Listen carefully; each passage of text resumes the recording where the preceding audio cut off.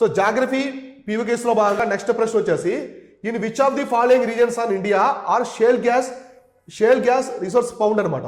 మనకి షేల్ వాయువు అని ఉంటుంది. షేల్ వాయువు అంటారు, గ్యాస్ లాంటిది అనమాట. ఇది చాలా ఫేమస్. ఇప్పుడు యుఎస్ఏ ఇవి ఉన్నాయి కదా, ఇవి ఎక్కువగా ప్రొడ్యూస్ చేస్తున్నాయి. యుఎస్ఏ, రష్యా ఇవి ప్రొడ్యూస్ చేస్తున్నాయి అనమాట. ఎక్కువ ప్రపంచంలో ఎక్కువ షేల్ గ్యాస్ ఉండేది అమెరికా అనమాట. అమెరికా ప్రొడ్యూస్ చేస్తూ ఉంటుంది. షేల్ గ్యాస్ అనేది చాలా ఉపయోగపడుతుంది మనకి. ఎల్పిజి లాగా మనకి ఒక ఆయిల్ లా తీస్తారు, గ్యాస్ లాగా తీస్తారు అనమాట సముద్రం అడుగు భాగాల నుంచి. చాలా పెద్ద ప్రాసెస్ అది, ఇన్వెస్ట్మెంట్ ఎక్కువ కావాలి. మన భారతదేశంలో ఎక్కడెక్కడ ఈ రిజర్వ్స్ ఉన్నాయి, వాటికి సంబంధించిన రిజర్వ్స్ ఉన్నాయని చెప్పేసి అడుగుతున్నారు resources. So Cambay basin, next వచ్చేసి కావేరీ బేసిను, కృష్ణా గోదావరి బేసిను.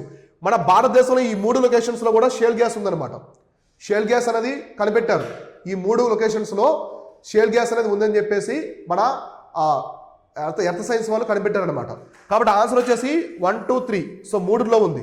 మన Krishna Godavari basin KG basin అంటాం కదా, అక్కడ ఆయిల్ కోసం ఎప్పటి నుంచో త్రవ్వకాలు చేస్తున్నారు రిగ్గు.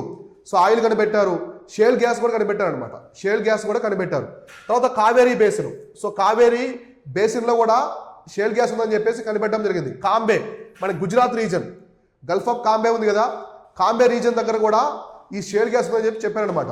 అంటే మనకి సముద్రం ఇలా ఉంటే సో పెద్ద పైప్స్ పెడతారు అనమాట. పైప్స్ పెడితే ఇక్కడ పెద్ద స్టోన్స్ ఉంటాయి అనమాట.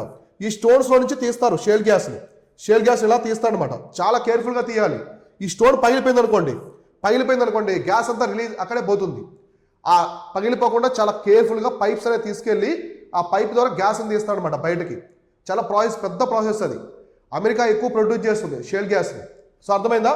కాబట్టి మన భారతదేశంలో ఈ 3 ప్రాంతాల్లో షేల్ గ్యాస్ యొక్క రిజర్వ్స్ అనేవి కనిపెట్టారనమాట.